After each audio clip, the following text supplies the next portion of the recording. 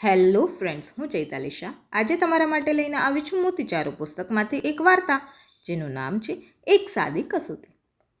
તમને હું થોડાક સવાલો પૂછવા માંગુ છું. તરત જ જવાબ આપવાની કોશિશ કરજો.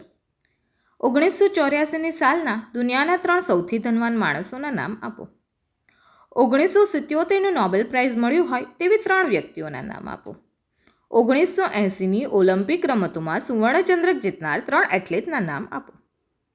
હિમાલયન કાર રેલીના 3 વિજેતાઓના નામ આપો. ગુજરાતી સાહિત્ય પરિષદનું પ્રથમ પારિતોષિક મેળવનાર 5 જણાના નામ આપો. કેમ લાગ્યું? જુઓ, આ બધા કોઈ સામાન્ય માણસો નથી જ. પોતપોતાના ક્ષેત્રમાં માહિર અને પ્રથમ ક્રમની વ્યક્તિઓ છે. છતાં આપણને એ લોકો આટલા થોડા વર્ષો બાદ યાદ પણ નથી રહેતા. તાળીઓના ગડગડાટ તો શમી જ જતા હોય છે. ઇનામો, એવોર્ડ્સ, પ્રમાણપત્રો પણ એમના મેળવનારની સાથે જ ક્યારે આપણે સ્મૃતિમાંથી અતીતમાં સરી જાય છે એનો ખ્યાલ પણ નથી આવતો. હવે આ કસોટીનો બીજો ભાગ જોઈએ. નીચેના પ્રશ્નો ઉકેલવાનો પ્રયત્ન કરીએ. એવા 3 શિક્ષકોના નામ આપો જેણે તમને નિશાળ કે કોલેજ કાળ દરમિયાન ખૂબ જ હૂંફ આપી હોય કે આગળ વધવાની પ્રેરણા આપી હોય. એવા 3 મિત્રના નામ આપો જેમણે કપરા સંજોગોમાં તમને સાથ, સહકાર, હૈયાધારણ આપી હોય. તમારા સાચા રાહબર બન્યા હોય તેવા 3 વડીલના નામ આપો.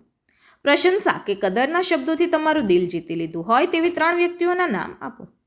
જેમની સાથે સમય પસાર કરવાનું તમે પસંદ કરતા હો તેવી 3 વ્યક્તિઓના નામ આપો. હવે કેવું લાગ્યું? અત્યંત સહેલું ને? કહેવાનું તાત્પર્ય એ જ કે આપણા જીવનમાં જેમની કાળજીથી, હૂંફથી નિખાર આવ્યો હોય તેમને આપણે અજાણપણે જ આપણા હૃદયમાં કાયમી સ્થાન આપી દીધું હોય છે. આપણા દિલ માટે તો સાચા એવોર્ડ વિનર્સ એ લોકો જ હોય છે.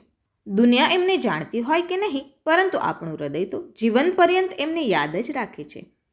ચાલો મિત્રો, આજે આટલું જ. ફરી મળશું નવી વાર્તા અને પ્રસંગ સાથે. ત્યાં સુધી ચેનલ સબસ્ક્રાઈબ કરી દેજો અને નોટિફિકેશન્સ ઓન કરી નાખજો. વિડીયોની લાઈક જરૂર કરજો. Bye bye.